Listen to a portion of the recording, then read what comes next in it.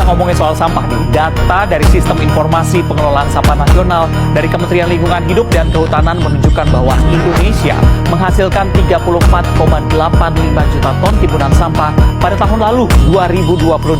Dari total tersebut ada 12,13 juta ton sampah per tahun yang tidak dikelola. 5 Juni diperingati sebagai Hari Lingkungan Hidup Sedunia. Ironis, kondisi laut Indonesia kini berada dalam situasi kurang beruntung. Beberapa titik sudah jadi tempat pembuangan. Tempat penampungan sampah ilegal di bantaran Sungai Cikeas, Bogor, Jawa Barat kian memprihatinkan. Tumpukan sampah menggunung hingga meluber ke aliran sungai yang menjadi batas wilayah Kabupaten Bogor dan Kota Bekasi.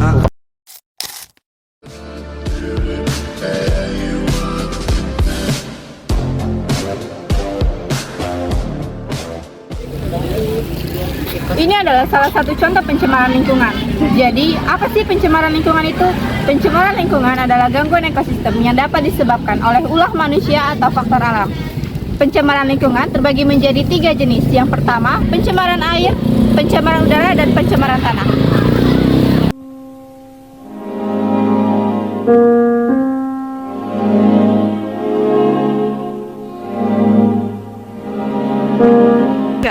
Pencemaran air. Adapun faktornya yaitu pertama ada limbah industri, yang kedua ada limbah rumah tangga, dan yang terakhir ada limbah pertanian. Dan adapun juga dampaknya. Pertama dapat mengganggu kesehatan, mengganggu pemandangan, dan terakhir dapat menurunkan kualitas lingkungan. Kualitas udara Jakarta yang makin buruk membuat Dirjen Pengendalian Pencemaran dan Kerusakan Lingkungan Hidup menyarankan opsi kebijakan work from home.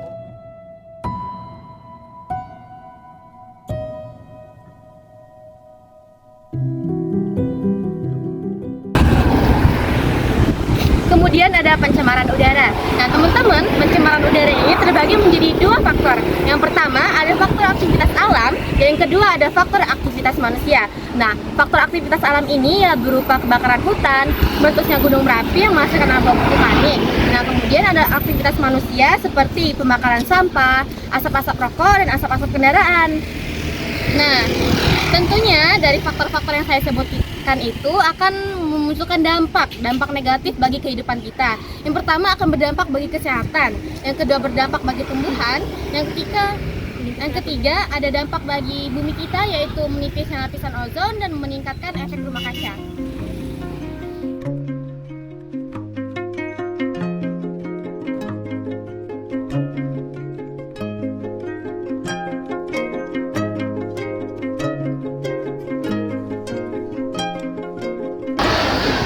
Teman-teman, ada 3 faktor yang menyebabkan pencemaran tanah, yaitu limbah domestik yang seperti zat, gas, cair maupun padat. Yang kedua adalah limbah industri, dan yang terakhir adalah limbah pertanian.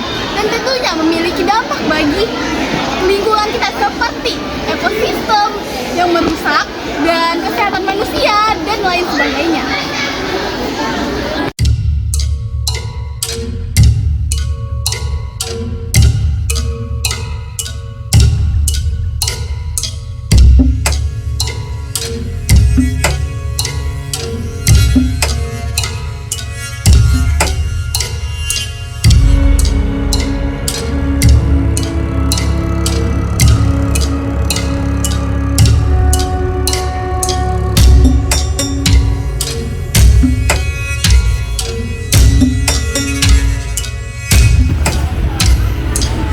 Adapun beberapa solusi untuk mencegah terjadinya pencemaran lingkungan, teman-teman. Pertama, tentunya ini harus dari kesadaran kita masing-masing. Dan yang kedua, kita harus menggunakan teknologi yang terbarukan. Dan yang terakhir, kita harus melakukan 3R, yaitu reuse, reduce, dan recycle.